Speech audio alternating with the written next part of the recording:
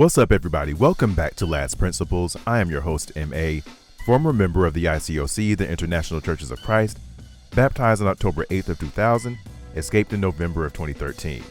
I want to talk to you guys about a piece of ICOC lingo that always grinded my gears, irked my soul, made my ass itch, and that is Weasel Time, or a Weasel date. Now, if you have never been involved in the ICOC or weren't around the ministries that said this, you might be wondering to yourself, what in the hell is Weasel Time? Glad you asked. Weasel Time or Weasel Date, they were terms used to shame any disciple that was caught spending any unsanctioned time with a disciple of the opposite sex. Now, when I say unsanctioned, that can really be summed up by saying any significant one-on-one time you were spending with someone of the opposite sex while not being on an encouragement date. Hit that link in the top right over there for my previous video on encouragement dating, more in-depth discussion on that. So let's just say you are in the fellowship before or after any official meeting of the body, a midweek, a Bible talk, a Devo, a church service, or say you're at someone's house for a game night, movie night, party, what have you, and you're caught talking to a disciple of the opposite sex for a few minutes too long, while also being a few yards too far away from the rest of the fellowship, you might get accused of trying to get weasel time. You might hear a brother or sister say, ooh, that brother over there trying to get some weasel time in with that sister, something like that, right? Or let's just say you're a campus student, you're hanging out with some other disciples on campus, and eventually everybody starts to go their separate ways, dissipate and all of that.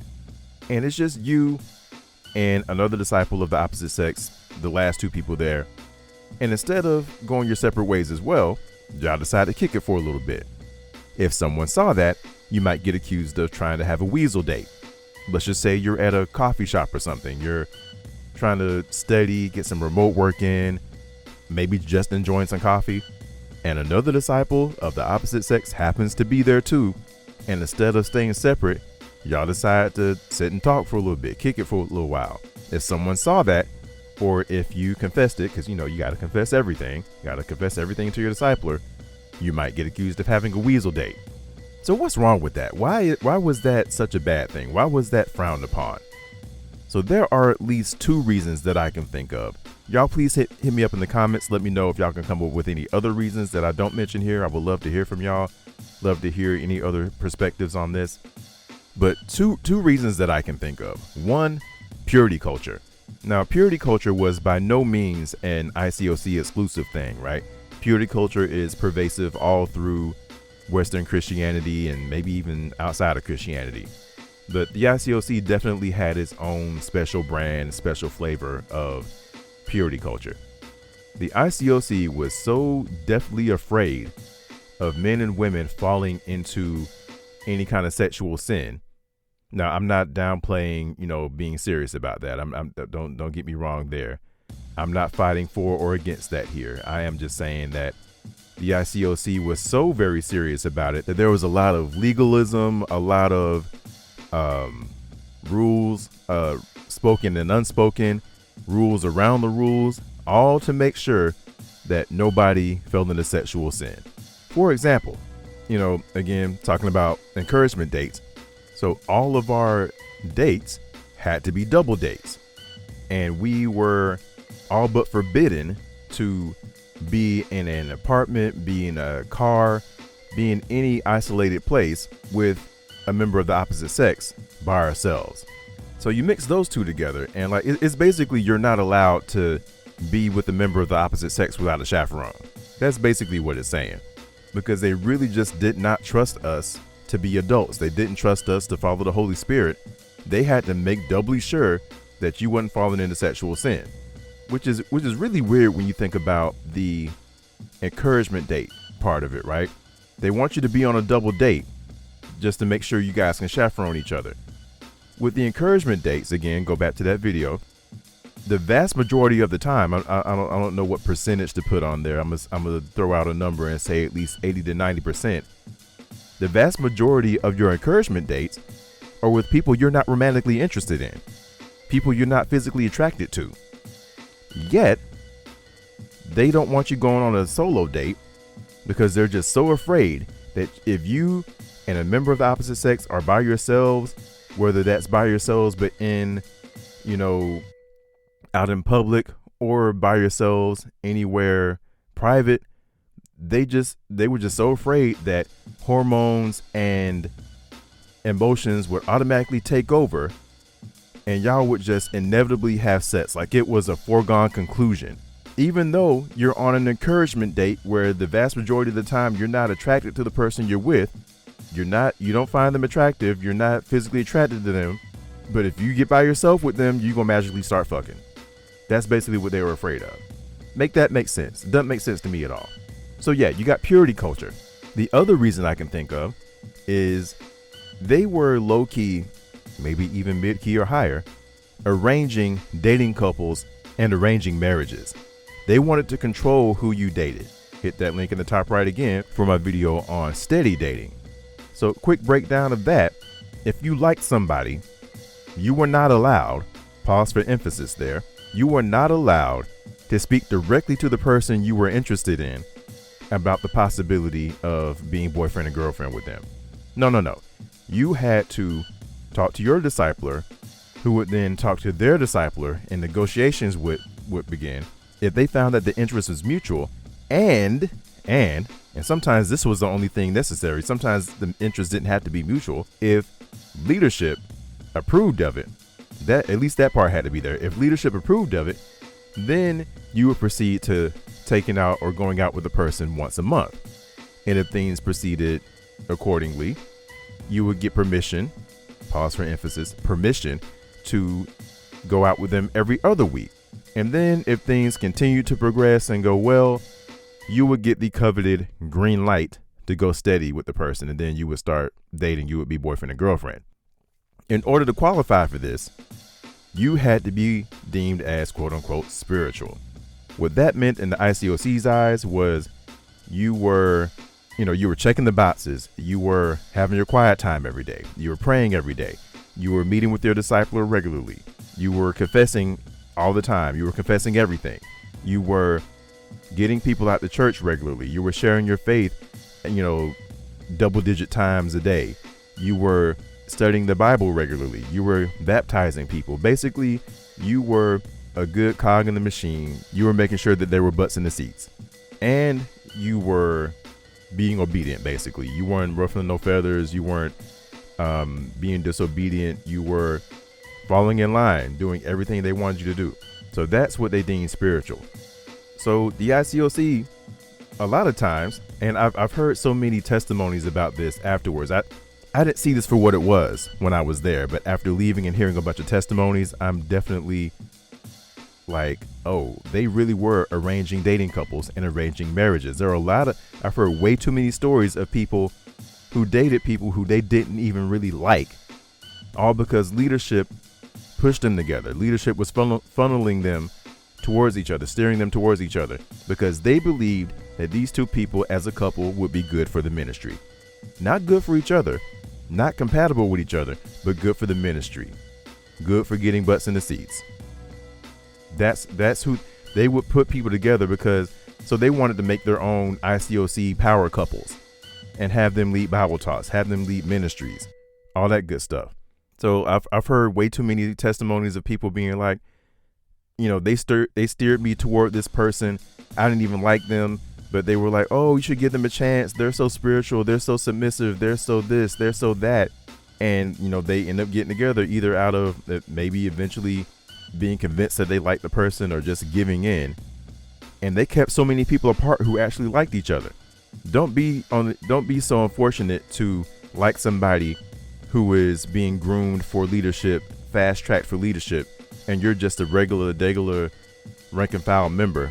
They shutting that shit down. They not letting that happen. Or if you are in leadership or being groomed for leadership, fast tracked for leadership, and you like somebody who is just a rank and file member, that ain't happening. There are times where it has happened, but by and large, so that was the exception to the rule. You actually being able to do that with the leadership's blessing, that was the exception to the rule. So either they shut it down, or if you actually did manage to go outside of their rule, and do it, and it lasted. I mean, not lasted, but it didn't get broken up. Like that's the exception. And if you had any problems, if you came to them with any relationship problems, they really wasn't trying to help you. They would be like, hey, maybe y'all just need to break up. So bringing that back to the Weasel Time thing, right? Why is that bad in this situation? If you are getting quote unquote Weasel Time in, now side note, you don't have to like the person you're being accused of spending Weasel Time in. You could really just be friends with the person. But if you're spending too much time with them isolated, they view it as Weasel Time. They view it as something bad. And here's why. So let's just say either you do like the person or you grow to like the person because of all the time you're spending with them. You are circumventing the process. You are throwing a monkey wrench in their plans. You're fucking up their plans by going outside of them. Because remember I said you had to get permission to date the person once a month. Permission to date them every other week, right? I know a lot of brothers have learned this the hard way. Don't dare ask a sister out again and you haven't made it around to all the other sisters in your ministry, right? Like, don't keep asking the same sisters out multiple times within like a month or a couple, month and a half, 2 months. Don't do that. You will get pulled to the side and discipled, or worse, because you were, they'll say, oh, you're focusing too much on one sister. All the other sisters aren't getting love, which could have been true, but also they have their own process. They want to control who's dating, right? So if you are spending, quote, again, unsanctioned time with a sister or a brother, you're going out with that person or spending more time with that person than they want you to. You are dating them more frequently. They're not able to keep tabs and keep track of who's dating who. So you're fucking up the system, basically. That's another reason why Weasel Time, Weasel dates are seen as bad. Here's why this concept makes my ass itch, just irks my soul on a molecular level.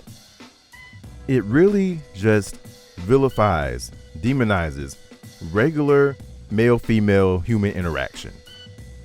It should not be. So, the term Weasel Time, right? I always wondered where that came from. And I guess it can be traced to the fact that, weasels are seen as cunning and sneaky and underhanded, right? So you're considered being sneaky. You're considered to be underhanded and crafty when you're spending time with a disciple of the opposite sex while not being on a date. Why is that seen as sneaky? Why the fuck is that seen as sneaky? It should just be regular male-female interaction, but you're vilifying that. You're demonizing that. Something that is just regular, something that is innocent, something that is pure. Yes, things can happen out of that, but that's not a given. That's not inevitable, right? If I'm just kicking it with my friend who happens to be a woman, and we just kicking it, we're just talking, that shouldn't be seen as a bad thing. That shouldn't be seen as me trying to be sneaky and trying to sneak and do something I shouldn't be doing. That's just regular human interaction, but it's made to seem as something just so bad, something so unholy, right? That's why I can't stand that term. And just a little background for me, I spent so much time prior to joining the ICOC not being comfortable speaking to women, right? So I finally right before, in the months before I became a disciple, started getting a little bit of confidence in myself. And I was always comfortable being around women. I just was bad at breaking the ice, right? So now all of a sudden I finally got a little bit of confidence about me. Now I'm like, dang, now the only time you can spend with the sisters is on these dates, and otherwise you need to be out. You need to be with the brothers. You need to be with the guys all the time. And I'm like, well, damn. I honestly feel like you need that interaction. Yes, you do need your time with the guys, but you also need time with the women too. The women need the time with the girls. They also need the time with the guys for it to not be restricted to just dates, right? If you actually want to build friendships with people, it can't just be on dates, right? That's how you build that, and that's what I feel like. That's what created all this weirdness. I'm pretty sure y'all who have been in the ICOC, y'all experience all the unnecessary weirdness, making shit that was not supposed to be weird, right? All of that was caused by all this rigidness, this structure that was there, all for the sake of keeping people from falling into sexual sin, which I'm not arguing against that in and of itself. But when you go so far as to have all this legalism, all this rigidness, it just kills stuff that's supposed to be natural. It kills stuff that's supposed to just be regular and good. Again, I've said so many times, we were taught to struggle. So many things that we didn't even think about being a struggle, being a temptation. But the ICOC taught us to be tempted by these things. So yeah, that's it. That's why I don't like the terms Weasel Time and Weasel Dates. Just making regular male-female human interaction out to be something treacherous. That's it. Y'all hit me up in the comments. Let me know what you think. Again, if you can think of other reasons why Weasel Time was frowned upon, I would love to hear it. If y'all got other topics y'all want me to cover, if I am well enough versed in them, I will hit them.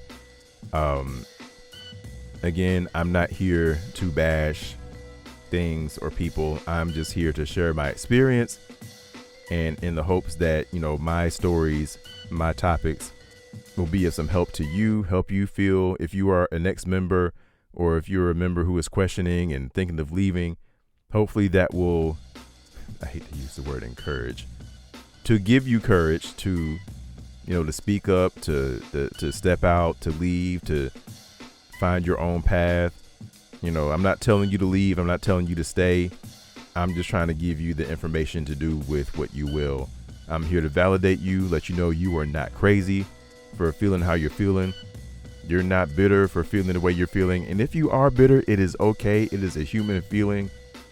Be bitter for as long as you need to. Don't let anybody else force you into feeling like you got to get over it faster than you need to. Work it out.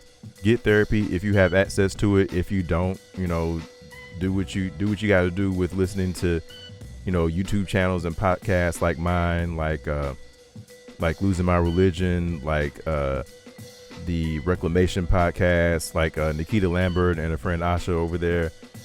All these different resources of people who have been through the same thing that you've been through. So if you don't have access to therapy, can't afford therapy, at least you got us, you know, people who've been through the same thing and who can, you know, validate your experience with you. But yeah, that's it. I'm done rambling. Y'all have a good night. I'll see y'all at the next video. Peace.